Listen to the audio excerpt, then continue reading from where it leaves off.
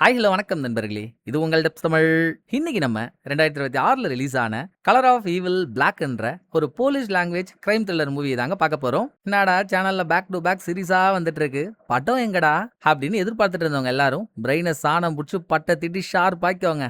ஏன்னா இந்த படத்துல ஒரு சைல்ட் மர்டர் கேஸ்ல கொலையாளி யாருன்னு ஒரு ப்ராசிக்யூட்டரோட சேர்ந்து நம்மளும் இன்வெஸ்டிகேட் பண்ணி கண்டுபிடிக்க போறோங்க. ஆனா அதுக்கு முன்னால படத்தோட கதை என்னன்னு தெரியணும்ல, சொல்றேன் கேளுங்க. ஒரு சின்ன டவுன், அங்க திடீர்னு காணா போற ஒரு சின்ன பையன். எங்கடா அவன் தேடும்போது இந்த ஊர்ல நடக்கிற குழந்தைங்க கடத்தல் இது முதல் தடவை இல்ல, இதுக்கு முன்னாலேயே ஒரு சின்ன பையன் கடத்தப்பட்டிருக்கான்ற பகீர் தகவல் வெளியே வருது. அது மட்டுமா, அது தெரிஞ்சதும் அதை டீப்பா இன்வெஸ்டிகேட் பண்ணா கடத்தலை தாண்டி குழந்தைங்களை அபியூஸ் பண்றது வருஷ கணக்கா இந்த டவுன்ல நடந்துட்டு இருக்குன்னு இதயத்தை நொறுக்கிற மாதிரி ஒரு மேட்ரு வெளியே வருதுங்க. இதுக்கு நடுவுல காட்டுக்குள்ள எலும்பு கூட கிடைக்கிற ஒரு சின்ன பையனோட பாடி, அதுவும் பாடியை என்ன மாதிரி பொசிஷன்ல வச்சிருக்காங்கன்றீங்க. தலையை தனியா வெட்டி 2 காலுக்கு நடுவுல தலையை சொருகி வச்சிருக்காங்க. இப்படி கேஸ் சம்பந்தமா கிடைக்கிற க்ளூ எல்லாமே ஒரே நேர்கோட்ல கிடைக்கலங்க. செதறு தேங்காய் கணக்கா ஈஸ்ட் வெஸ்ட் நார்த் சவுத்னு 4 சைடு இருந்தோம், 4 க்ளூ கிடைக்குது. இது எல்லாத்தையும் ஜாயின் பண்ணா சென்டர் பாயிண்ட்னு ஒன்று வரும் தெரியுங்களா? அந்த சென்டர் பாயிண்ட் தான் யார் இந்த குற்றத்துக்கெல்லாம் காரணம்ன்ற ட்விஸ்டே.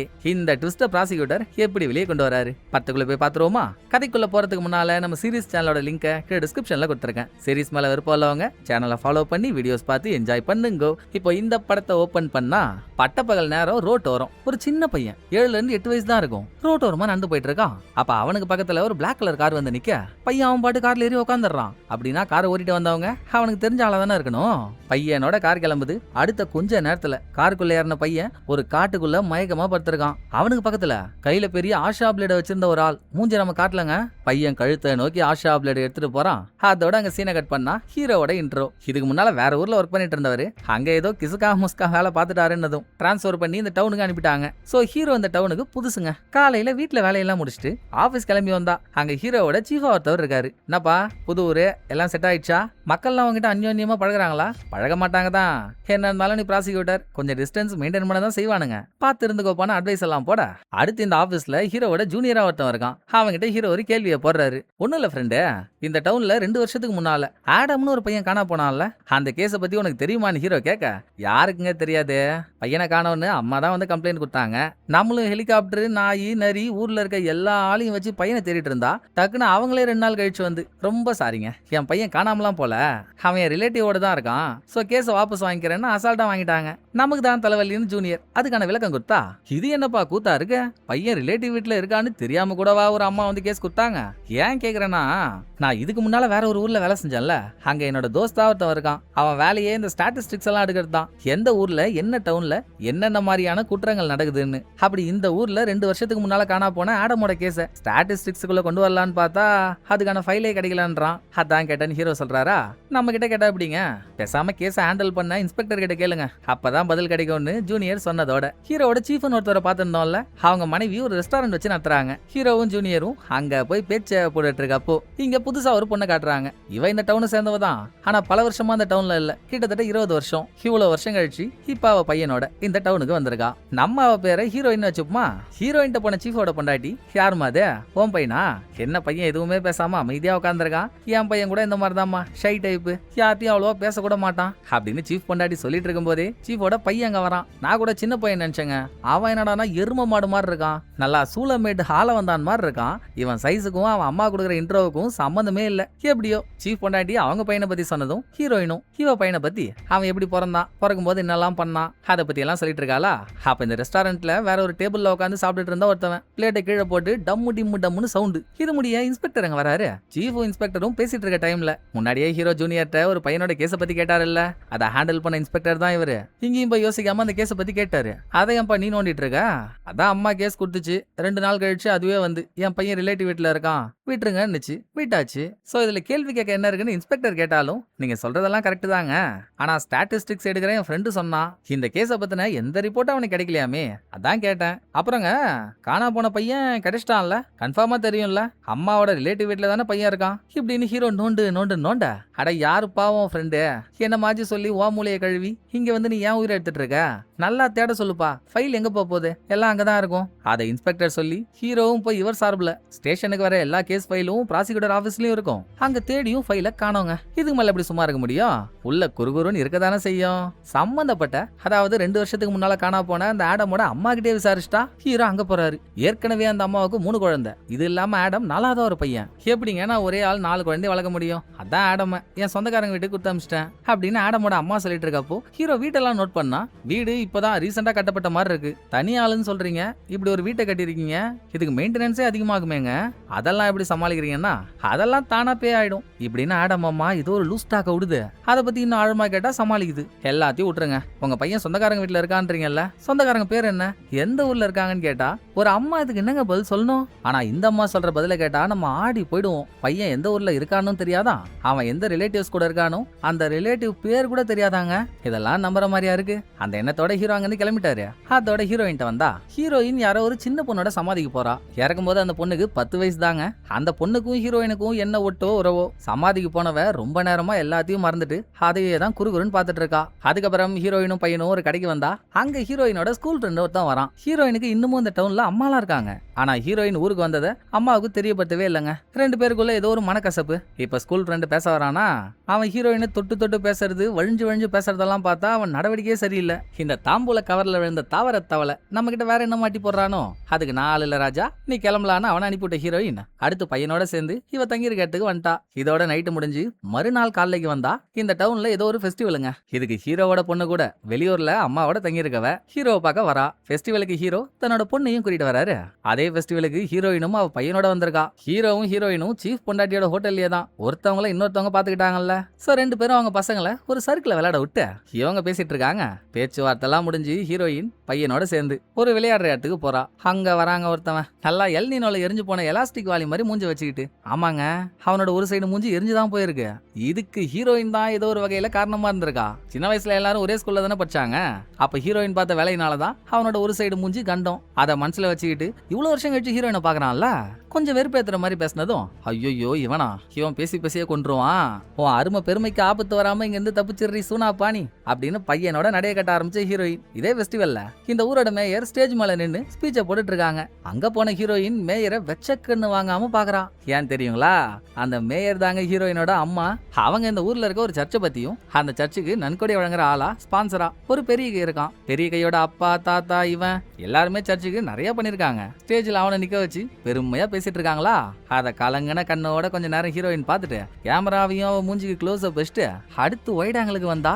அவ்வளோ நேரம் ஹீரோயின் பக்கத்துல நின்னுட்டு இருந்த பையனை திடீர்னு காணோம். ஃபெஸ்டிவல்ல எல்லா இடத்துலயும் தேடியும் பையனை காணோம். அதோட கொஞ்ச நேரத்துக்கு முன்னால ஒரு எரிஞ்ச மூஞ்சி ஹீரோயின் வந்து பேசிட்டு போனான்ல, அவனையும் காணோம். ஏற்கனவே அவனுக்கு ஹீரோயின் மேல ஒரு கோவம் இருக்குன்னா அதுக்கு பழி தீர்த்துக்க அவன் கூட பையனை கத்திருக்கலாம்ல.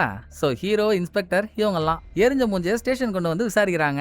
ஏங்க அந்த முக்குட்டு 3 சாந்தியோட பையன் காணோம்னா அதுக்கு நானாங்க காரணம். நான்லாம் அந்த பையன் எதுவும் பண்ணலங்க. ஃபெஸ்டிவல்ல ஹீரோயின் பேசினா அடுத்து ஒரு பாருக்கு சரக்கடிக்கு போயிட்டேன். நீங்க வேணும்னா அங்க வந்து கேட்டு பாருங்க, அவங்க எனக்காக சாட்சி சொல்லுவான்னு எரிஞ்ச மூஞ்சி சொல்றான். அது சரி, ஏன் ஹீரோயினை இவ்வளவு வல்கரா பேசுற? உனக்கு அவளுக்கு என்ன பகன்னு கேட்டதுக்கு அப்புறம் தான் பாக்குறீங்கல்ல என் மூஞ்ச, இது இப்படி ஆனது காரணமே அவதான். ஹீரோயின் சின்ன வயசா இருக்கும்போது அவ ஃப்ரெண்ட்ஸ் எல்லாம் சேர்ந்து என்ன அடிச்சு நெருப்புல தள்ளி விட்டதுனால தான் என் மூஞ்சி எப்படி ஆச்சு. இன்னுமா அவ யாருன்னு உங்களுக்கு தெரியல? இந்த ஊர் மேயரோட பொண்ணுங்க அவ அப்படின்னு எரிஞ்ச மூஞ்சி சொல்ல போய் தான் ஹீரோ இன்ஸ்பெக்டர் இவங்களுக்கெல்லாம் மேட்டரே தெரியுது. இதோடவும் ஹீரோ சும்மா இல்ல, எரிஞ்ச மூஞ்சிக்கு அப்பா இருக்காரு. இந்த ஊர் சர்ச்சில் வேலை செய்யறவரு. என்ன பாவம் நடக்க முடியாது, வீல் சேர்லயே தான் அவர் வாழ்க்கை ஓடிட்டு இருக்கு. ஹீரோ அவர்கிட்ட போய் அப்ப நடந்த சம்பவத்தை பத்தி கேட்டா எனக்குமே சரியா தெரியலப்பா. எல்லாரும் ட்ரிப்புக்கு போனாங்க. அங்க என் பையன் ஹீரோயின்ட்ட சும்மா பேச போனானா. ஆனா அதை அந்த பொண்ணு தப்பா நினைச்சுக்கிட்டு ஃப்ரெண்ட்ஸோட சேர்ந்து என் பையனை அடிச்சு போட்டதா கேள்விப்பட்டேன். ஆனா இந்த கோவத்தை மனசுல வச்சுக்கிட்டலாம் என் பையன் குழந்தைய கத்துற வரைக்கும் போக மாட்டாங்க. நீங்க தப்பா நினைச்சிட்டு இருக்கீங்க என்ன? அப்பா பையனுக்காக வக்காலத்து வாங்கினதும் ஹீரோ விசாரிக்க வந்த இந்த கேஸ விட்டாரு. 2 வருஷத்துக்கு முன்னால காணா போனால ஆடம், அவனை லைனுக்குள்ள கொண்டு வராரு. ஏன்னா இவர் வேலை செய்யற அதே சர்ச்சில் தான் ஆடம் அடிக்கடி போய் பிரேயர் சாங் எல்லாம் பாடுவானா. சோ அந்த பையனை உங்களுக்கு தெரியுமாங்க? நீங்க சர்ச்சில் அந்த பையனை பாத்துறீங்களான்னு கேட்டதும் ஆமாப்பா 2 வருஷத்துக்கு முன்னால காணா போனானே அந்த பையன் தானே. அதான் 2வது நாளே பையனோட அம்மா என் பையன் காணாமலாம் போல அவன் ரிலேட்டிவ் வீட்டுல இருக்கான்னு சொல்லிட்டாங்களே. அப்புறம் என்னன்னு வீல் சேர் ஆள் கேட்க ரைட் அம்மா அப்படிதான் சொன்னாங்க, பட் திரும்ப கிடைச்சிட்டு தான் சொன்னாங்கல்ல அவங்க பையன். அடுத்து அவனை எப்போவாச்சும் நீங்க பாத்தீங்க? சர்ச்சுக்கு எப்போவாச்சும் வந்திருக்கான்? அதை கேட்டா வீல் சேர் ஆள் இல்லவே இல்லன்ட்டாரு. இது முடிய ஹீரோயின் பையன் எங்கன்னு தேடிட்டு இருக்கா. அவகிட்ட போய் நிலவரத்தை சொல்லணும்ல. சோ அங்க போன ஹீரோ, இப்போதைக்கு சாரிமா, இன்னமும் பையன் கிடைக்கல, ஒருவேளை ஃபெஸ்டிவல்ல இருந்து நேரா நீங்க தங்கிருக்க இடத்துக்கு போயிருப்பானோ, அங்க போய் பாப்போன்னு பார்த்தா அங்கேயும் பையன் இல்லையா. ஹீரோயின் பயத்துல உளர ஆரம்பிச்சிட்டா. அப்ப இந்த டவுன்ல பசங்களோட கொலை நடந்துகிட்டே இருக்குல்ல, இன்னமும் அது முடியல, என் தங்கச்சியை கூட இப்படிதான் கொண்டாங்க அப்படின்னு அவ்வளவு பெரிய விஷயத்த அசால்ட்டா சொல்றா. இன்னம்மா ஏதோ குழந்தைங்களோட சாவுன்ற, உன் தங்கச்சி செத்துட்டான்ற, அவளையும் இப்படிதான் கடத்தி கொண்டாங்களான்னு ஹீரோவுக்கு ஆர்வம் தாங்கல. இல்லங்க, என் தங்கச்சி யாரும் கடத்தலாம் இல்ல, அவளே தற்கொலை பண்ணிட்டு இறந்துட்டா. ஆனா அவளை தற்கொலைக்கு தூண்டி இருக்காங்க, இந்த மாதிரிதான் அந்த டவுன்ல நடந்துட்டு இருக்குன்னு அவளும் என்னென்னமோ சொல்றா. இப்ப அவருக்கு நிலைமையில டீட்டெயிலா எதையும் விசாரிக்க முடியாதுல்ல. சரிம்மா, உன் பையன் அங்கேயும் இல்ல இங்கேயும் இல்லன்னா எப்படியும் உன் பையனுக்கு பாட்டியை பத்தி தெரியும்ல. நீ இந்த ஊருக்கு வந்தது அவங்களுக்கு தெரியாம இருந்தாலும் பையனுக்கு பாட்டியை பார்க்கணும்னு ஆசை வந்திருக்கும். மேபி அவன் அங்க போயிருக்கலான்னு ஹீரோ கிட்ட ஐடியாவை கேட்டு ஹீரோயின் பையனை தேடி அம்மா வீட்டுக்கு போறா. பையனை தேடி நீ இங்க வந்ததுல என்னம்மா லாஜிக் இருக்கு? நான் ஏன் உன் பையனை உங்ககிட்ட சொல்லாம இங்க கூட்டிட்டு வர போறேன், எனக்கு எதுவும் தெரியாதுன்னு அவங்க சொல்லிட்டாங்களா. சோகமா ஹீரோயின் வெளியே வந்துட்டா. அடுத்து ஹீரோ கிட்ட வந்த மேயர், என் பொண்ணு அப்படிதான்ப்பா, கோவம் வந்துட்டா என்ன பண்ணுவான்னு அவளுக்கே தெரியாது. நான் ஏற்கனவே பையனை தேட சொல்லி இன்ஸ்பெக்டர் கிட்ட எல்லாம் சொல்லிட்டேன், நாளைக்கே சர்ச்சிங் ஆரம்பிச்சிரோன்னு அவங்க சொல்லி முடிச்ச மறுநாளே காடு மலை மேடு ஆறுன்னு இந்த டவுன்ல பையனை பதுக்கிறதுக்கான இடம் என்னெல்லாம் இருக்கோ மொத்த போலீஸ் டீமும் காட்டுக்குள்ள சர்ச்சிங்க போட்டுட்டு இருக்காங்க. அங்க ஒரு ட்விஸ்ட்டுங்க, இவங்க தேடி போன பையன் கிடைக்கிறானோ இல்லையோ, ஆனா காட்டுக்குள்ள வேற ஏதோ ஒரு சின்ன பையனோட எலும்பு கூடு கிடைக்குது. இன்னமும் யாரோடதுன்னு சரியா தெரியல. ஆனா 100% ஹீரோயின் பையனோட தான் இருக்காது இல்ல. அவன் காணா போய் 2 நாள் தானே ஆச்சு. பாடி எலும்பு கூட மாறணும்னா அதுக்கு 1 இருந்து 2 வருஷம் ஆகும்ல. சோ ஹீரோயின் பதட்டப்படாத அளவுக்கு இந்த உண்மையை அவகிட்ட சொன்ன ஹீரோ, ஆல்ரெடி ஹீரோயின் சொல்லியிருக்கா இல்லையா, சின்ன வயசுல என்னோட தங்கச்சி தற்கொலை பண்ணிட்டு இறந்துட்டான்னு. அதுக்கான காரணத்தை கேக்குறாரு. அது ஒரு சோக கதைங்க. அப்ப எனக்கு 12 வயசு, என் தங்கச்சிக்கு 10 வயசு. நாங்க முடியாது வேணான்னு சொன்னாலும் என்னோட அம்மா நீங்க சர்ச்சில் பாட்டு பாட போயே ஆகணும்னு 2 பேரையும் அனுப்புனாங்க. அங்க என் தங்கச்சிக்கு ஏதோ ஒரு பிரச்சனை போலங்க, என்னன்னு அவளா சொல்லல. ஆள் வித்தியாசமா நடந்துகிட்டா. கொஞ்ச நாள் கழிச்சு விஷம் குடிச்சு இறந்துட்டா. என் தங்கச்சி செத்ததுக்கு அப்புறம் தாங்க ஒரு நாள் நான் சர்ச்சுக்கு போறப்போ சர்ச்சோட பேக் டோர் ரூமுக்குள்ள எந்த கவர்ச்சியை விரும்புற கழிசடன்னு எனக்கு சரியா ஞாபகம் இல்ல. ஆனா யாரோ ஒரு ஆள் என்ன மாதிரியே சர்ச்சுக்கு பாட்டு பாட வந்த ஒரு சின்ன குழந்தைய கூப்பிட்டு வச்சு அபியூஸ் பண்ணிட்டு இருந்தான். சொன்னனே அப்ப இந்த விஷயத்த நான் என் அம்மா கிட்ட கூட சொன்னனே. எங்க நம்புச்சு என் அம்மா என்ன? சர்ச் எல்லாம் புனிதமான இடமா, அங்க யாராவது அப்படி பண்ணுவாங்களா? சும்மா ஏதாவது உளரக்கூடாதுன்னு என்ன ஆஃப் பண்ணிடுச்சு. அந்த கோவத்துல தான் இனிமேல் என் அம்மா மூஞ்சி நான் பார்க்கவே கூடாதுன்னு இந்த ஊரை விட்டு வெளியூருக்கு போயிட்டேன். ஆனாங்க யார் அபியூஸ் பண்ணானோ அவன் மூஞ்சி தானே ஞாபகம் இல்ல, பாதிப்புக்கு உள்ளான பையன்லாம் எனக்கு நல்லா ஞாபகம் இருக்கான். உங்க சீஃப் இருக்காப்லயே, சீஃபோட பையன் தான் அப்ப அபியூஸ்க்கு உள்ளானவன்னு ஹீரோயின் சொல்றா. இது வேறயா? நம்ம வேற நம்ம பொண்ணை அந்த ஹோட்டல்ல தானே விட்டு வந்தோம், ஆளை வந்தானே பாத்துக்க சொல்லி. பொண்ணுக்கு என்ன ஆச்சோன்னு ஹீரோ ஹோட்டல் போனா அது வரைக்கும் டேபிள்ல உட்காந்து டிராயிங் வரைஞ்சிட்டு இருந்த பொண்ணை இப்போ காணோம். அட பாவமே, இங்க தாங்க இருந்தா 2 நிமிஷம் உள்ள போயிட்டு வந்தா இப்ப காணோம். எனக்கு எதுவும் தெரியாதுன்னு ஆள வந்தான் காலை வாரிட்டான்.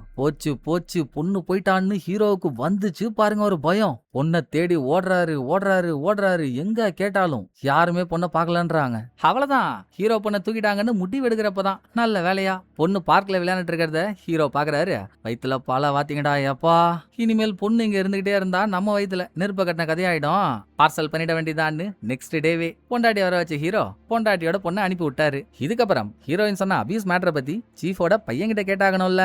ஆனா ஹீரோ அதை டைரக்டா கேட்காம இன்டைரக்டா, ஏஞ்சி நீ சின்ன வயசா இருக்கும்போது சர்ச்சுக்கு பாட்டு பாடலாம் போயிருக்கல, அங்க உனக்கு வித்தியாசமா ஏதாவது நடந்துச்சு, அதாவது உனக்கு பிடிக்காம உன்னோட அனுமதி இல்லாம உனக்கே தெரியாம உன்னை யாராவது யூஸ் பண்ணிருக்காங்களான்னு அப்படி கேட்டோம். நல்லா இடிய போற ஈஃபில் டவர் மாதிரியே இருக்கான்ல ஆள வந்தான். நீங்க என்ன கேக்குறீங்கன்னு எனக்கு புரியலையே, எனக்கு அந்த மாதிரி எதுவும் நடந்தது இல்லையே, யார் உங்கள்ட்ட என்ன சொன்னா, எனக்கு எதுவும் தெரியாது போங்கன்ட்டான். இவன் கதையை ஒரு ஓரமா வைப்போம். இந்த கேப்ல காட்டுக்குள்ள ஒரு சின்ன பையனோட எலும்பு கூட கிடைச்சிருக்கு, அதை என்ன ஏதுன்னு பார்த்தாகணுமே. இன்னும் போஸ்ட்மார்ட்டம் முழுசா முடியாததுனால எக்ஸாக்டா டைம் ஆஃப் டெத் என்னன்னு தெரியலங்க. ஆனா எலும்பு கூட கிடைச்சிருக்க பொசிஷனை பார்த்தா தலைய துண்டா வெட்டி 2 காலுக்கு நடுவுல தலைய வச்சிருக்காங்க. ஒருவேளை இது அனிமல்ஸ் ஏதாவது பண்ணிருக்குமோப்பா அப்படின்னு யோசிச்சா அதை விட முட்டாள்தனம் வேற எதுவுமே இல்லல்ல. எந்த மிருகமாச்சு தலைய தனியா கொதறி கரெக்டா கால் சந்துல போய் தலைய வைக்குமா? இல்ல. ரெண்டாவது 2 இயர்ஸ் பேக் அப்ப காணா போன ஆடமோட பாடியா தான் இது இருக்கும்னு ஹீரோவுக்கு ஒரு டவுட். அட ஏன்பா நீ சோதிக்கிற, அந்த பையன் தான் காணாவே போலியே, அவன் ரிலேட்டிவ் வீட்டுல இருக்கிறதா அவன் அம்மாவே சொல்றாங்க, நீ ஏன் அதையே புடிச்சு தொங்கிட்டு இருக்கன்னு இன்ஸ்பெக்டர் எல்லாம் கட்டு பாவுறாரு. நீங்க எப்படி சொல்றீங்க? ஆனா நான் போய் அந்த பையனோட அம்மா கிட்ட கேக்குறப்போ பையன் எங்க இருக்கான்ற விஷயம் அவங்களுக்கு சரியா தெரியவே இல்ல. அப்ப இதுல ஏதோ ஒரு மர்மம் இருக்குங்க. பையன் அம்மாவோட டிஎன்ஏ கலெக்ட் பண்ணி அதை வச்சு கிடைச்சிருக்க பாடி அவன் பாடி தானான்னு செக் பண்ணி பண்ணியே ஆகணும். ஹீரோ சொல்ல சீஃபுக்கு ஓகே தான். அது மட்டும் இல்லாம பாடி கட்சிருக்க பொசிஷனை வச்சு பார்த்தா சாத்தான வழிபட்டு அதுக்கு சடங்கு பண்ண நினைக்கிற எவனோ ஒருத்தவன் தான் இந்த வேலையை பார்த்திருக்கணும். சோ கல்ட் குரூப் நிறைய இருக்கும்ல, அதுல யாராவது இந்த வேலையை பார்த்திருக்காங்களான்னு விசாரி. இதை சீஃப் சொல்லி முடிக்கிறதுக்குள்ள அப்படியே நம்ம ஊர்ல ஒரு சர்ச் இருக்குல்லங்க, அங்கேயும் விசாரிக்க பர்மிஷன் கொடுத்தா நல்லா இருக்கும். ஏன்னா 2 வருஷத்துக்கு முன்னால காணா போன ஆடம் அந்த சர்ச்சுக்கு பாட்டெல்லாம் பாட போயிருக்கானா.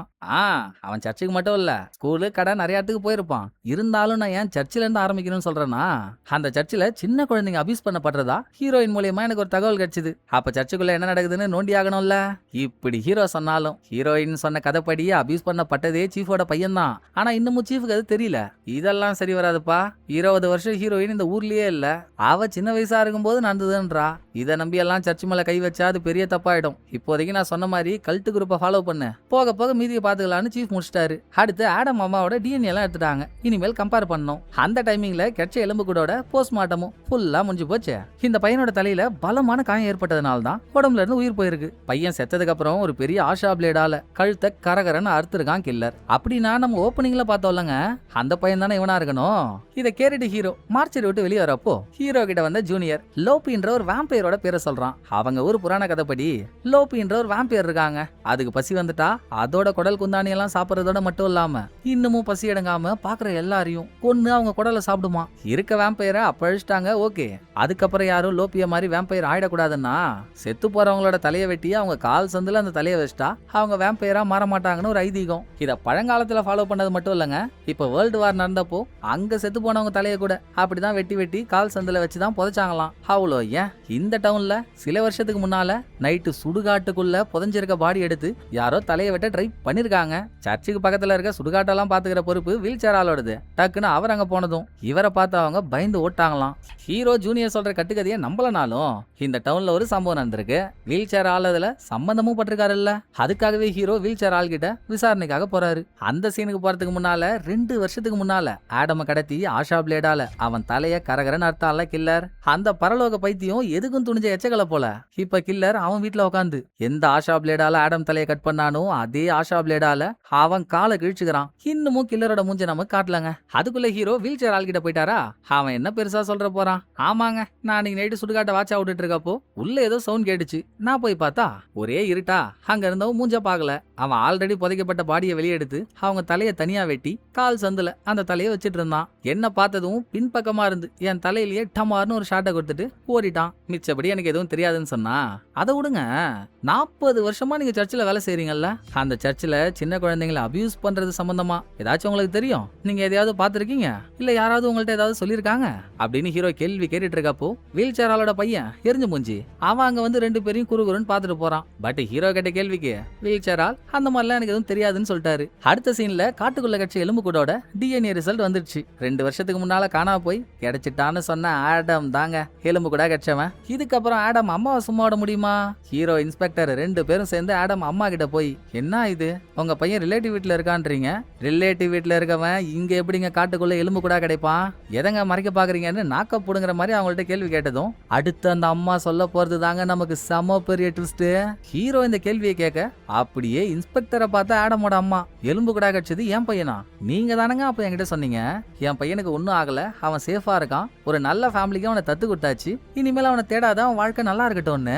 இப்ப எப்படிங்க எப்படி நடந்துச்சுன்னு இன்ஸ்பெக்டர் கேள்வியா கேக்குதா? ஹீரோக்கெல்லாம் வேர்த்து போச்சு. ஆனா ஆடமோட அம்மா என்ன அலிகேஷன் வச்சாலும் நல்லா கோணலா போன குழா புட்டு மாதிரி இருக்கான்ல இன்ஸ்பெக்டர், அவன் நான் உன்கிட்ட ஒன்னும் சொல்லியே, நீ தான் பையனை காணும்னு கம்ப்ளைண்ட் கொடுக்க வந்த, அப்புறம் 2 நாள் கழிச்சு நீயா நான் என் பையனை ஒரு நல்ல இடத்துக்கு தத்து கொடுத்துட்டேன், அதுக்கு பணமும் வாங்கிட்டேன், இனிமேல் இந்த கேஸை விட்டுருங்க. இப்ப என்ன ஏன் மேல பழி போட்டுட்டு இருக்க? இந்த மாதிரி எல்லாம் போய் சொல்லிட்டு இருந்தா உன்னை உள்ள தூக்கி வச்சு முட்டிய பேக்க வேண்டியதா இருக்குமா? பார்த்து பேசுன்னு மிரட்டுறான். அத பக்கத்துல இருந்து பாத்துட்டு இருந்த ஹீரோ, ஏங்க நீங்க ஃபர்ஸ்ட் அவங்கள மிரட்டதை நிறுத்துங்க, எதுவா இருந்தாலும் நான் கேட்டுக்கிறேன். ஏமா இங்க பாருமா, ஒரு நிமிஷம் நல்லா யோசிச்சு பதில் சொல்லு. உன் பையனை காணோன்னு நீ கேஸ் கொடுத்ததுக்கு அப்புறம் உன் பையனை வேற இடத்துக்கு தத்து கொடுத்தாச்சு, இனிமேல் அவனை தேடாதன்னு இன்ஸ்பெக்டர் தான் சொன்னாரா அப்படின்னு அழுத்தி கேக்குறாரு. எங்க அவங்க உண்மையை சொல்றது? இந்த கொல்லிக்கணன் தான் பக்கத்துலயே நின்று அவங்கள முறைச்சிட்டு இருக்கானே, அவங்க இல்லன்ட்டாங்க. இதை ஹீரோ போய் அவர் சீஃப் கிட்ட கம்ப்ளைண்ட் ஆகவும் சொல்றாரு. இந்த ஆள் என்னமோ ஒண்ணு பண்ணிட்டாங்க, உண்மையை சொல்ல வந்த விட்னஸ் வேற மிரட்டுறான்னு. நான் என்னப்பா மிரட்டினேன்? பொய் சொன்னா உள்ள தூக்கி வைக்க வேண்டியதா இருக்கும்னு நார்மலான ப்ரொசீஜர் தானே சொன்னேன், இதுல என்ன தப்பு அப்படின்னு அங்கேயும் சமாளிக்கிறான். அதுக்கு மேல இந்த டாபிக் பத்தி பேச சீஃபுக்கு விருப்பம் இல்ல. ஏற்கனவே ஒரு பையன் செத்துட்டான், இப்ப வேற ஒரு பையனை காணோம். கொலகாரனை கண்டுபிடிக்காம இருக்க ஒவ்வொரு செகண்டும் இப்ப கடத்தப்பட்ட ஹீரோயின் பையனுக்கு ஆபத்து. இன்னமும் சர்ச்சை விசாரிக்க பர்மிஷன் கொடுக்காம இருந்தீங்கன்னா எப்படி? கொடுங்கன்னு ஹீரோ கேட்டும் பர்மிஷன் கிடைக்கலையா? அட போங்கடா, இனிமேல் உங்க சட்டப்படி போன வேலைக்காவது, ஏன் சட்டப்படி நான் போய்கிறேன்னு ஹீரோவே சர்ச்சுக்கு போய் அங்க இருக்க ஃபாதர் கிட்ட, இந்த ஆளுக்கு தெரிஞ்ச வரைக்கும் பல வருஷத்துக்கு முன்னால சீஃபோட பையன், எப்படியும் ஹீரோயின் தங்கச்சியும் அபியூஸ்குள்ளான ஆளா தானே இருப்பா, அதனால தானே யாரும் தட்டி கேட்க மாட்டாங்கன்னு தற்கொலையும் பண்ணிருப்பா. சோ ஹீரோயினோட தங்கச்சி 2 வருஷத்துக்கு முன்னால கடத்தப்பட்டு கொல்லப்பட்ட ஆடம், இவங்களெல்லாம் யாராவது அபியூஸ் பண்ணாங்களா? உங்களுக்கு அப்படி யாரையாவது தெரியுமா அப்படின்னு கேட்டாரு. மத்தவங்களே சர்ச்சை புனிதமான இடம் சொல்றப்போ சர்ச்சிலேயே இருக்க ஃபாதர் அவர் இந்த குற்றத்தை ஒத்துப்பாரா? இல்லவே இல்ல. எங்க சர்ச்சில் அந்த மாதிரி ஒண்ணு நடக்கவே நடக்காது, வாய்ப்பே இல்ல. நீ கிளம்புன்னு ஹீரோவை அனுப்பிட்டாரு. இதுக்கு மேலேயும் யார் அந்த அபியூஸ் பண்ண ஆளுன்னு தெரியணும்னா இந்த விஷயத்த ஹீரோ கிட்ட சொன்னதே ஹீரோயின் தான். அவ தானே ஞாபகப்படுத்தி அவ பார்த்தால் எப்படி இருந்தான்னு சொல்லணும். ஹீரோவும் ஹீரோயின்ட்டு போய் கொஞ்சம் நல்லா யோசிச்சு பாராமா, அவன் கருப்பா சிவப்பா நெட்டையா குட்டையா வயசு என்ன இருக்கும், ஆள் பார்க்க எப்படி இருப்பான் அப்படின்னு ஏதாவது ஒண்ணு சொல்ல, அதை வச்சு நான் புடிச்சுக்கிறேன் அப்படின்னு கேட்டா அவளுக்கு ஞாபகமே வர மாட்டேங்குதுங்க. ஆனாலும் ஹீரோ வெளியூர்ல இருக்க ஒரு ஃப்ரெண்டு கிட்ட ஒரு ஹெல்ப் கேட்டிருப்பாரு. இதுக்கு முன்னால ஆடம் அம்மா கிட்ட ஹீரோ பேசும்போது அந்த அம்மாவை வாயை விட்டு மாட்டிக்கிச்சுல்ல, என் வீட்டு பில் எல்லாம் அதுவா தானா பே ஆகும்னு, அது எப்படின்றதுக்கு ஒரு விளக்கம் கண்டிப்பா இருக்கும் தானே, அதை விசாரிச்சு கண்டுபிடிக்க சொல்லி கேட்டிருப்பாருங்க. அவன் அந்த தகவலோட வந்துட்டான். 2 வருஷத்துக்கு முன்னால ஆடம் காணா போனதுல இருந்து அவங்க ஃபேமிலிக்கு புது வீடு கட்டி கொடுத்ததும் சரி, அவங்க வீட்டு பில்லெல்லாம் கட்டுறதும் சரி, சர்ச்சுக்கு ஸ்பான்சரா ஒரு பெரிய கையோட குடும்பம் இருக்கிறதா ஆல்ரெடி மேயர் ஒரு ஸ்டேஜ் மேல நின்னு பக்கத்துல அந்த பெரிய கையெல்லாம் கூட வச்சு பேசிட்டு இருந்தாங்கல்ல, அவனோட ஃபவுண்டேஷன்ல இருந்து தான் இதுக்கான காசெல்லாம் போயிருக்கான். இதுக்கு மேல நாங்க என்னங்க சொல்றது? ஆடம் மிஸ் ஆன 2 நாள்ல ஆடமோட அம்மாவே என் பையன் கிடைச்சிட்டான்னு கேஸை வித்ட்ரால் பண்ணிருக்காங்க. ஆனா அவங்கள்ட்ட அந்த மாதிரி சொன்னது இன்ஸ்பெக்டர். இது நடந்ததுக்கு அப்புறம் பெரிய கையோட அக்கௌண்ட்ல இருந்து காசா போயிட்டு இருக்கு. போதா குறைக்கு ஹீரோயினோட ஸ்டேட்மெண்ட் படி சர்ச்சில் ஒரு பையனை அபியூஸ் பண்ணதாகவும் தெரிய வந்திருக்கு. அந்த சர்ச்சுக்கு ஸ்பான்சர் பண்ணதே இவங்க ஃபேமிலி தான். அப்ப அந்த பெரிய கையோட வீட்டை ரைடு ஒண்ணும் இல்லங்க, அதுக்கு பர்மிஷனை கொடுங்கன்னு ஹீரோ பாயிண்ட் எல்லாம் லட்டு மாதிரி தூக்கி போட்டா, இன்னமும் அவ்வளவு பெரிய இடத்த இவனுங்க சொல்றதை நம்பி எப்படா ரைடோட பர்மிஷன் கொடுக்கறதுன்னு சீஃபுக்கு அல்லா இருக்குதான். ஆனா அடிக்கடி ஹீரோ சொல்லிட்டு இருக்காருல்ல, ஒரு பையனை அபியூஸ் பண்ணிட்டாங்கன்னு. அந்த பையன் யார்தான்னு இப்பதான் சீஃப் கேக்குறாரு. ஹீரோவும் போட்டு உடைச்சிட்டாரு, உங்க பையன் தான். வாடி வா, மத்தவன் குடும்ப குழந்தைங்களுக்கு ஒண்ணுனா வலிக்காதது தான் குடும்ப குழந்தைக்கு ஒண்ணுனா வலிக்க தானே செய்யும். ஓ, என் பையனே அந்த மாதிரி பண்ணிட்டானுங்களா? அப்ப பர்மிஷன் கிராண்ட் எடுப்பா, என்ன பண்றீங்களோ பண்ணிக்கோங்கன்னு பர்மிஷன் கொடுத்தாச்சு. பெரிய கை தான் ஹீரோயின் பையனை கத்திருப்பான். சோ அவன் வீட்டுல தான் ஹீரோயின் பையன் இருப்பான்ற சந்தேகத்துல தான் ஹீரோ போறாரு. வீடு முழுக்க எங்கெங்கயோ தேடியும் பையன் கிடைக்கலங்க. ஆனா பெரிய கையோட அப்பா ஒரு 1.5 to 2 வருஷத்துக்கு முன்னால இறந்துருப்பாப்புல. ஆபீஸ் ரூம்ல மாட்டி வச்சிருந்த அவர் போட்டோவுக்கு பின்னால இருந்து ஒரு மெமரி கார்டு கிடைக்குது. மெமரி கார்டுல என்ன இருந்துச்சுன்னு இப்ப நம்ம காட்டல, சொல்லவும் இல்ல. அடுத்து பெரிய கையை கூப்பிட்டு, ஏ மிராது, உனக்கும் ஆடம் ஃபேமிலிக்கும் என்ன சம்பந்தம்? ஏன் அந்த பையன் காணா போனதுக்கு அப்புறம் அவன் வீட்டு பில்லெல்லாம் உன் ஃபவுண்டேஷன் கட்டிட்டு இருக்கு அப்படின்னு கேள்வியா கேட்டா, ஏங்க நான் நடத்திட்டு இருக்கிறது ஃபவுண்டேஷனுங்க, இந்த பையனுக்கு மட்டும் இல்ல, இதே மாதிரி சர்ச்சுக்கு வர பல பசங்களோட வீட்டு பில்ல நாங்க தான் கட்டிட்டு இருக்கோம், இதை ஒரு சேவையா பண்றோம், அதை கூப்பிட்டு வச்சு ஏன்னு கேட்டா நான் என்ன சொல்றது அப்படின்னு பெரிய கை சமாளிக்கிறானா. ஓ, நீ அப்படி வரியா, சரிப்பா, அப்போ வீட்டுல இருந்து கிடைச்சதல்ல மெமரி கார்டு, அந்த மெமரி கார்டுல இருக்க போட்டோ வீடியோஸ்க்கெல்லாம் சேர்த்து பதில் சொல்லிடுறியா இப்படின்னு ஹீரோ மெமரி கார்டுல இருக்க விஷயத்தெல்லாம் போட்டு காட்டினா, எல்லாமே இந்த சர்ச்சுக்கு வர குழந்தைங்களை அபியூஸ் பண்றப்போ எடுக்கப்பட்ட போட்டோஸ் வீடியோஸ். அப்படி இருந்தும் பெரிய கை ஒரே தாவிட்டான். சத்தியமா சொல்றேங்க, இந்த மெமரி கார்டு என்னோடது இல்ல, இறந்து போன என் அப்பாவோடது, அவருக்கு தான் இதை பத்தி எல்லாம் தெரியும்னு. எனக்கு தெரிஞ்ச கரெக்டா தான் இருக்கும். ஏன்னா சர்ச்சில் சீஃபோட பையன் கிட்ட ஒரு ஆள் தப்பா நடந்துக்கிறத நான் பார்த்ததா ஹீரோயின் சொன்னா. இவ சொன்ன கதையே 20 வருஷத்துக்கு முன்னால இருக்கும். அப்ப பெரிய கையே சின்ன பையனா தான் இருந்திருப்பான். சோ அவன் இதை பண்ணிருக்க வாய்ப்பு இல்ல. அப்படின்னா பெரிய கையோட அப்பா தான் சர்ச்சுக்கு வர பசங்களெல்லாம் அபியூஸ் பண்ண ஆளா இருக்கும் போலங்க. ஆடம் கடத்தப்படும் போது கூட பெரிய கையோட அப்பா உயிரோடு தான் இருந்திருக்காரு. அந்த சம்பவத்துக்கு அப்புறம் தான் ஆள் அவுட். சோ ஆடம் கடத்தி கொண்டது அவர்னே வச்சுப்போமே.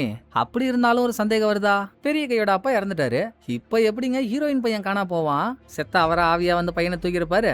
ஆக என்னமோ நீடிதா. இந்த விஷயத்தெல்லாம் சீஃப் கிட்ட சொன்ன ஹீரோ, பெரிய கையோட அப்பா தாங்க எல்லாத்துக்கும் காரணம். 2 வருஷத்துக்கு முன்னால ஆடம கடத்தி என்னமோ ஆனதுக்கு அப்புறம் அதை மறைக்க நம்ம இன்ஸ்பெக்டர் தான். பெரிய கையோட அப்பா டவுன்லயே ஃபேமஸான ஆளு, பணம் பேரு புகழ்னு எல்லாம் இருக்கு, அவரோட பிரஸ்டீஜை காப்பாத்த ஹெல்ப் பண்ணிருக்காரு அப்படின்னு இப்ப மெமரி கார்டு கிடைச்சது இல்ல. மெமரி கார்டுல சீஃப் பையன் அபியூஸ் பண்றப்போ அப்ப எடுத்த போட்டோவும் இருக்கு. அது உட்பட யார் யாரெல்லாம் பாதிக்கப்பட்டாங்களோ எல்லார் போட்டோவையும் காட்ட, எல்லாருமே சின்ன பசங்க, அவங்க யாரு என்னன்ற அடையாளம் தெரியாது இல்ல. பேசாம இந்த விக்டிம்ஸ் எல்லாம் யாரு, அவங்க அடையாளம் என்னன்னு கண்டுபிடிப்பா, அதை வச்சு வேற யாராவது இதுல சம்பந்தப்பட்டிருக்காங்களான்னு பாக்கலாம் அப்படின்னு சீஃப் சொல்லி நேரா சர்ச்சு ஃபாதர் கிட்ட போன ஹீரோ மெமரி கார்டுல இருக்க பாதிக்கப்பட்ட பசங்களோட ஒவ்வொரு முகத்தையா காட்டினா ஃபாதருக்கே கேர் ஆயிடுச்சுங்க. அட பாவீங்களா, இவங்க எல்லாருமே நம்ம சர்ச்சுக்கு வந்த பசங்களாச்சேடா, உண்மையாவே இவங்க எல்லாம் பாதிக்கப்பட்டிருக்காங்களாடா இப்படின்னு. பாதிக்கப்பட்ட பசங்கள்ல இவருக்கு யாரெல்லாம் தெரியுமோ மோஸ்டா எல்லாரையும் தெரியுது. அவங்க இவங்க அவங்கன்னு எல்லார் பேரையும் சொல்லிட்டாரு. இதுல யாரெல்லாம் வராங்கன்றீங்க? நம்ம படத்துல பார்த்தோம்ல சில கேரக்டர், எரிஞ்ச மூஞ்சி, ஹீரோயினோட ஸ்கூல் ஃப்ரெண்டுன்னு ஒருத்தன் வந்து பேசினானே, அவன் சீஃபோட பையன், ஹீரோயின் எல்லாருமே இன்க்ளூடு. என்ன இந்த போட்டோஸ் லிஸ்ட்ல இருக்க ஒரே ஒரு பொண்ணை மட்டும் யாருன்னு சரியா தெரியல. இருந்தாலும் தெரிஞ்ச 4 பேரையும் ஹீரோ ஸ்டேஷன் வர வச்சிடறாரு. ஒவ்வொருத்தவங்கள்ட்டையும் தனித்தனியா என்கொயரி பண்ணா எல்லாருக்குமே சின்ன வயசு. ஆமா, இவங்களுக்கு அபியூஸ் நடந்திருக்கு பெரிய கையோட அப்பாவால. அந்த வயசுல இவங்களால யார்ட்டையும் போய் கம்ப்ளைண்ட் பண்ண முடியல. இவங்க பட்ட கஷ்ட நஷ்டத்தெல்லாம் அழுதுகிட்டே ஒப்பார வைக்க இந்த 4 பேர் கூட்டத்துல நல்லா முடி வளர்ந்த மூங்கில் குச்சி மாதிரி நெடுன்னு ஒருத்தன் இருக்கான்ல, ஆளவந்தான் சீஃபோட பையன். அவன் வீட்டு பேஸ்மெண்ட்ல ரகசியமான ஒரு ரூம் இருக்குங்க. பூட்டை போட்டு மூடி வச்சிருக்கான். யாருக்கும் தெரியாம திருட்டுத்தனமா அந்த ரூமுக்குள்ள போயிட்டு வரான். என்னத்த மறைச்சு வச்சிருக்கானோ அதை நம்ம யோசிக்கிறதுக்குள்ள இன்னொரு பக்கம் ஹீரோ இந்த கேஸ் சம்பந்தமா ஒரு ப்ரொஃபைலரை மீட் பண்றாரு. ப்ரொஃபைலர்னா யாருன்னு உங்களுக்கு தெரியும் இல்லையா?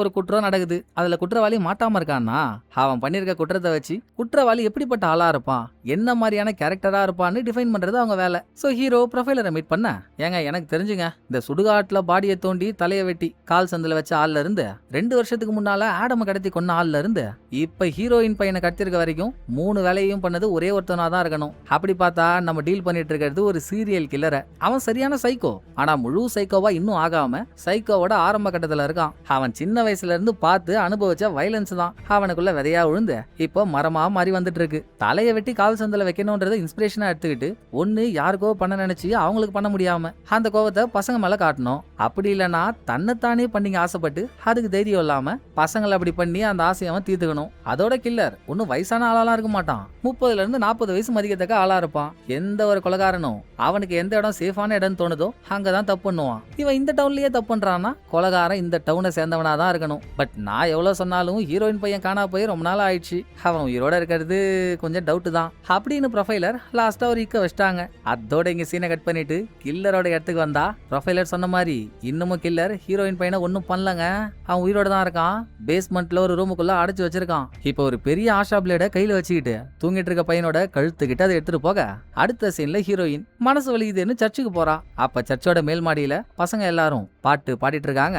அவங்களுக்கு பாட்டு சொல்லி கொடுக்கறது யாரான்னு பார்த்தா ஆளவந்தான் முகத்தை பார்த்ததும் ஹீரோயினுக்கு ஒரு சந்தேகம், ஒருவேளை இவன் நம்ம பையனை கட்டிருப்பானோன்னு. இதே சந்தேகம் ஹீரோவுக்கும் வருது.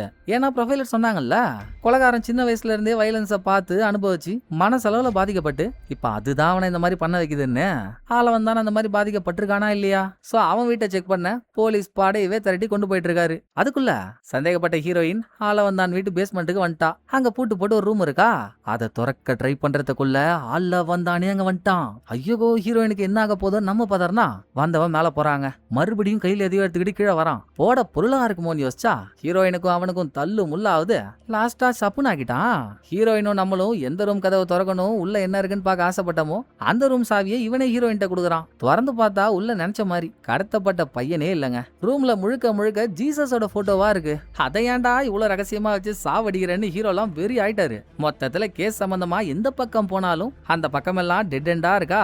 சோ ஆபீஸ்ல ஜூனியர்ட்ட உட்காந்து யார் மேல தாண்டா சந்தேகப்படுறது? கொலைகாரன் 30ல இருந்து 40 வயசு ஆளா இருப்பான். இந்த ஊரை சேர்ந்தவனா இருப்பான். சைக்கோவோட இனிஷியல் ஸ்டேஜ்ல இருப்பான். அதெல்லாம் வச்சு பார்த்தா நீ கூட தான் என் கண்ணுக்கு கொலைகார மாதிரி தெரியற. பரவாயில்ல, எல்லாம் நம்ம கையை விட்டு போனாலும் இன்னும் ஒரு துடுப்பு சீட்டு மட்டும் நம்ம கையில இருக்குல்ல. அதாங்க இந்த பெரிய கை அப்பாவோட இடத்துல மெமரி கார்டு ஒண்ணு கிடைச்சது. அதுல அவனால பாதிக்கப்பட்டவங்களோட முகம்லாம் இருந்துச்சு. அதுல ஒரு பொண்ணு மட்டும் யாருன்னு தெரியாம இருந்துச்சு இல்லையா? இது யாருன்னு கேட்டு வீல் சேர் ஆளோட வீட்டுக்கு ஹீரோ போறாரு. அவருக்குமே அந்த பொண்ணு யாருன்னு சரியா தெரியலதான். ஆனா முழுசா தெரியாம இல்ல. இந்த பொண்ணா பல வருஷத்துக்கு முன்னாலே அவளை பாத்திருக்கேன். அவ பேர் சரியா ஞாபகம் இல்ல. நாசியாவோ இல்ல பாசியாவோ ஏதோ ஒரு பேரு. அடிக்கடி சர்ச்சுக்கு அவ அம்மாவோட தான் வருவா. அவங்க அம்மா ஒரு ஸ்லாட்டர் ஹவுஸ்ல வேலை செய்வாங்க. கறி வெட்டுற இடம். இந்த ஊர்ல இருக்க எல்லா ஸ்லாட்டர் ஹவுஸுமே பெரிய கையோட அப்பாவோட தான். இவ்வளவுதான். இதை தவிர எனக்கு வேற எதுவும் தெரியாதுன்னு வீல் சேரால் அவருக்கு தெரிஞ்சதெல்லாம் சொல்லி முடிக்க இந்த தகவலை வச்சு என்னங்க பண்றது? வெறுப்போட ஆபீஸ் வந்த ஹீரோ அங்க இருக்க ஜூனியர் கிட்ட அவன் ஏற்கனவே லோப்பின்ற ஒரு வேம்பையரோட கதையை சொன்னான்ல. அந்த வேம்பையர் கதை உண்மையோ இல்லையோ, ஆனா கில்லர் அந்த வேம்பையர் கதையை தானே இன்ஸ்பிரேஷனா எடுத்துக்கிட்டு அந்த ஸ்டைல்ல கொலை பண்றான். சோ தம்புடு கேட்கறேன்னு கோச்சிக்காத. அப்ப ஏதோ நீ அந்த கதையை சொல்லும் போது நான் அவங்ககிட்ட மூஞ்ச காட்டேன். இப்ப அந்த லோப்பியோட கதையை முழுசா என்கிட்ட சொல்ல, அது மூலியமா ஏதாவது லீடு கிடைக்குதான்னு பாப்போம் அப்படின்னு ஹீரோ கேட்டு ஜூனியர் லோப்பியோட கதையை ஆரம்பிக்கிறான். அது வந்துங்க அர்த்தராத்திரி அமாவாசையில கத்தாம ஒரு குழந்தை பிறந்தா கடல் மண் எடுத்து உடல் முழுக்க தடவணும்ன்றது ஒரு கதை. ஏன்னா அந்த டைம்ல ஒரு குழந்தை பிறந்துட்டா அது தீட்டு. இப்படி பண்ணிட்டா அந்த தீட்டெல்லாம் போயிடுமா. அந்த குழந்தை வளர்ந்து இறந்ததுக்கு அப்புறமும் வேம்பயர் ஆகாதான். சோ பல பேர் அப்படி பண்ணுவாங்கன்னு ஜூனியர் இந்த கதையை சொல்லிட்டு இருக்கப்போ இதை வச்சே கில்லர் யாருன்ற ட்விஸ்ட ஹீரோ புடிச்சிட்டாரு. நல்லா ஞாபகப்படுத்தி பாருங்களேன். ஸ்டார்டிங்ல ஹீரோவை இன்ட்ரோ பண்ண கொஞ்ச நேரத்துல ஹீரோ ஜூனியர் 2 பேரும் சீஃப் பொண்டாட்டியோட ஹோட்டல்ல உட்காந்து பேசிட்டு இருந்தாங்களா. அப்ப சீஃபோட பொண்டாட்டி ஹீரோயின் போய் அவ பையனை பத்தி கேக்குறப்போ என் பையன் எப்படி எல்லாம் பிறந்தான் வளர்ந்தான் அந்த கதையை ஹீரோயின் சொன்னால. ஹீரோயின் பையனும் அர்த்தராத்திரி அமாவாசையில் தான் பிறந்திருப்பான். அந்த கதையை சொல்ற டைம்ல ஏதோ ஒரு டேபிள்ல பிளேட்டு கூட தவறி விழுந்துச்சு இல்லீங்களா. அப்ப ஹீரோ அந்த டேபிள பாத்துருப்பாரு. டேபிள்ல உட்கார்ந்து இருந்தவன் ஹீரோயின் சொல்ற கதையை தாங்க அடிச்சு பாத்துருப்பான். பிளஸ் இதே ஆளு ஹீரோவும் ஹீரோயினும் ஃபெஸ்டிவல் நடக்கிற இடத்துல அவங்க குழந்தைய சறுக்குல ஏத்தி விளையாட விட்டாங்கல்ல, அங்கேயுமே இருந்திருப்பாங்க. சோ ஹீரோயின் அசந்த நேரமா பார்த்து ஹீரோயின் பையனை தூக்குன கில்லர் அவன் தான். இதை ஹீரோ கண்டுபிடிச்சதும் அப்படியே கில்லர் எதனால கில்லர் ஆனான்றதுக்கான பிளாஷ்பேக். இந்த பெரிய கையோட அப்பா இடத்துல இருந்து கிடைச்ச மெமரி கால்ல ஒரு பொண்ணு மட்டும் யாருன்னு தெரியாம இருந்துச்சுல்ல, நாசியாவோ பாசியாவோ. பெரிய கையோட அப்பா அந்த பொண்ணை பாலியல் ரீதியா துன்புறுத்தினதோட மட்டும் இல்ல, யாருக்கும் தெரியாம கூட்டிட்டு வந்து தனியாவே வாழ ஆரம்பிச்சிட்டான். அப்பெல்லாம் அந்த பொண்ணுக்கு 14 வயசு. அவ பிரெக்னென்ட் ஆகி குழந்தைய பெத்தும் எடுத்துட்டா. கரெக்டா அவளுக்கு 18 வயசு இருக்கப்போ கில்லருக்கு 4 வயசு ஆகுதா. அவன் கதை படிக்கிறான்ற பேர்ல இந்த லோபின்ற வேம்பயரோட கதையை தாங்க புக்கா படிச்சிட்டு இருக்கான். அடிக்கடி பெரிய கையோட அப்பா இங்க வந்து இவங்களை பார்த்துட்டு போறது வழக்கம். அன்னைக்கும் பார்த்துட்டு போயிட்டான். எப்படிங்க அந்த வயசு பொண்ணால இதெல்லாம் தாங்கிட்டு இருக்க முடியும்? அவளும் எவ்வளவு நாள் தான் டார்ச்சர் அனுபவிப்பா. சோ பெரிய கையோட அப்பா போனதுக்கு அப்புறம் சின்ன பையனா அந்த கில்லருக்கு சாப்பாடு தூக்கி டேபிள்ல வச்சுட்டு கில்லர் கண்ணு முன்னாலேயே தான் கழுத்தை தானே எடுத்துக்கிட்டு அவ செத்து போயிட்டா. அப்ப கில்லர் பார்த்த விஷயம் தாங்க கொஞ்சம் கொஞ்சமா அவனுக்குள்ள ஊறி உறைஞ்சு பெருசாகி அவன் படிச்ச லோபி கதை அவனை இன்ஸ்பயர் பண்ணி குழந்தைங்களை கொலை பண்ற அளவு வந்து நிக்கிறான். நம்ம பிளாஷ்பேக்கா பார்த்த அதே விஷயத்த பிரசன்ட்ல மண்டைக்குள்ள ஓட்டி பார்த்த கில்லர் உஷ்ணா மாவறான். இன்னமும் ஹீரோயின் பையனை உயிரோட வச்சிருக்கானா இல்ல சாவச்சிட்டானான்னு வேற தெரியல. ஆனா இவன் தான் கில்லர்னு ஹீரோ கண்டுபிடிச்சிட்டாரு இல்ல. அதை வச்சே இவன் வீட்டு அட்ரஸ் வரையும் தெரிஞ்சுக்கிட்டு மொத்த போலீஸுங்க வராங்க. வந்து பார்த்தா வீட்டுக்குள்ள யாரையும் காணோம். பட் வீட்டுக்குள்ள அடுப்பு எரிஞ்சிட்டு இருக்கு. அது மேல இருந்த பாத்திரத்துல என்னமோன்னு கொதிச்சிட்டு இருக்கு. அப்படின்னா இவ்வளவு நேரம் வீட்டுக்குள்ள இருந்தவன் கொஞ்ச நேரத்துக்கு முன்னால தானே வெளியே போயிருக்கான்னு அர்த்தம். அந்த வீட்டை சுத்தி ஃபுல்லா காடு. லைட்டா ஹீரோ வீட்டை விட்டு வெளியே வந்தா தூரத்துல நாய் குலைக்கிற மாதிரி சவுண்ட் கேக்குது. ஹோட்டல்ல ஹீரோ கில்லரை பார்க்கும்போதே கூட நாய் இருந்திருக்கும். ரைட்ரா, நம்ம தேடி வந்த ஸ்பைக் வச்ச சைவ ஓனா அங்க தாண்டா இருக்கான் அப்படின்னு ஹீரோ குடுகுடு நாங்க ஓடி போக நிஜமாவே கில்லர் அங்கதான் இருக்கான். போலீஸ பார்த்ததும் கத்தியால கழுத்தை அறுத்துக்க போறான் பாருங்க.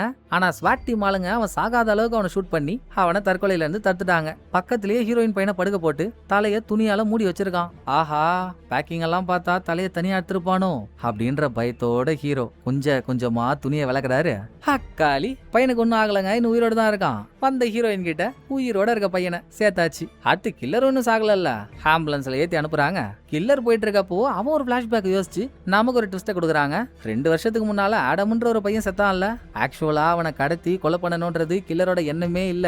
கில்லரோட ஃபர்ஸ்ட் விக்டிம்னு பார்த்தா ஹீரோயினோட பையன் தான். நம்ம ஓப்பனிங்லயே பார்த்தோம். ஆடம் ரோட்ல நடந்து வரப்போ யாரோ அவனுக்கு பக்கத்துல காரை நிறுத்தினாங்க. அவனும் கார்ல ஏறி உக்காந்தான். அதே காரோட பேக் சீட்ல கில்லரும் இருந்திருக்கான். காரை ஓட்டிட்டு வந்தது யாருன்னு தெரியலங்க, மூஞ்ச காட்டவே இல்ல. எனக்கு அந்த பையன் வேணும், குறிட்டு வாங்கடான்னு பெரிய கையோட அப்பா சொல்லி கில்லர் பெரிய கையோட அப்பாக்காக வேலை செஞ்சிருக்கானோ என்னவோ. அவன் அப்புறம் காரை ஓட்டிட்டு இருக்க இன்னொருத்தவன் ஒருவேளை அந்த காரை ஓட்டுறால் பெரிய கையா இருக்கலாம். அப்படி இல்லனா பெரிய கையோட அப்பாவுக்காக வேலை செய்யற ஒரு கைக்கூலியா இருக்கலாம். எப்படியோ அந்த ஆள நமக்கு காட்டல. காருக்குள்ள ஏறின ஆடம் கார் போயிட்டு இருக்கப்போ உள்ள இருக்க 2 விவகாரமான மூஞ்ச பாக்குறானா, பயம் வந்து போச்சு. டக்குன்னு கார் கதவு திறந்து வெளியே குதிச்சிட்டான். அந்த ஆக்சிடென்ட்லயே ஆடம் செத்துட்டான். பாடியை மறைக்கிற பொறுப்பை கில்லர் கிட்ட கொடுத்ததும் இவன் செத்த பையனோட தலையை வெட்டி அதை கால் சந்தில வச்சிருக்கான். அப்பவே பெரிய கை மூலியமா இன்ஸ்பெக்டர் கிட்ட பேசி அந்த கேஸ மறைக்க சொல்லியாச்சு. அதான் இன்ஸ்பெக்டர் ஆடமோட அம்மா கிட்ட உன் பையனை நல்ல இடத்துல தத்து கொடுத்தாச்சு, இனிமேல் உன் குடும்பமே செழிப்பா இருக்கும், பையனை தேடுற வேலையை விட்டுருன்னு சமாளிச்சிருக்காப்புல. அதை நம்பி அவங்களும் கேஸ வாபஸ் வாங்கிட்டாங்க. இவ்வளவுதான் ட்விஸ்ட் இதோட முடிஞ்சிடுச்சுன்னு பார்த்தா இந்த கதையெல்லாம் லாஸ்டா ஹீரோ அவரோட சீஃப் கிட்ட சொல்லிட்டு இருக்காரு. எனக்கு இன்னமும் புரியாது ஒண்ணுதாங்க, ஆடமோட கேஸ் ஃபைல எங்க தேடினாலும் காணோம். போலீஸ் டிபார்ட்மெண்ட்ல இல்லனாலும் நம்ம ப்ராசிக்யூட்டர் ஆபீஸ்ல இருந்திருக்கணும்ல. போலீஸ் ஸ்டேஷன்ல இருக்க ஃபைல இன்ஸ்பெக்டர் ஒழிச்சு கட்டியிருந்தாலும் நம்ம ப்ராசிக்யூட்டர் ஆபீஸ்ல இருக்க ஃபைல யாருங்க ஒழிச்சு கட்டுவா? நம்மள ஒரு ஆள் தானே அதை பண்ணிருக்கணும். யாருன்னு இன்ஸ்பெக்டரே ஸ்டேட்மெண்ட் கொடுத்துட்டான். நல்லா மசான கொள்ளையில மசாலா பால் வைக்கிற ஆள் மாதிரி இருந்துகிட்டு நீங்க தானே அந்த ஃபைல மறைச்சிங்க அப்படின்னு ஹீரோ சீஃப சீன்றாப்புல. கட்சியில பாத்தீங்களா, ஒரே ஒரு ஆள் பெரிய கையோட அப்பா. அந்த ஆள் பண்ண தப்ப மறைக்க எவன் என்னென்னலாம் பண்ணி கூட்டா இருந்திருக்கான்னு. இன்ஸ்பெக்டர், சீஃப் இவங்க எல்லாருமே தப்பு பண்ணவங்க. உனக்கெல்லாம் வேமா சூசோன்னு எதுவும் இல்ல. உன் பையனை அபியூஸ் பண்ணவனை காப்பாத்துறதுக்கு நீ ஹெல்ப் பண்றக்க.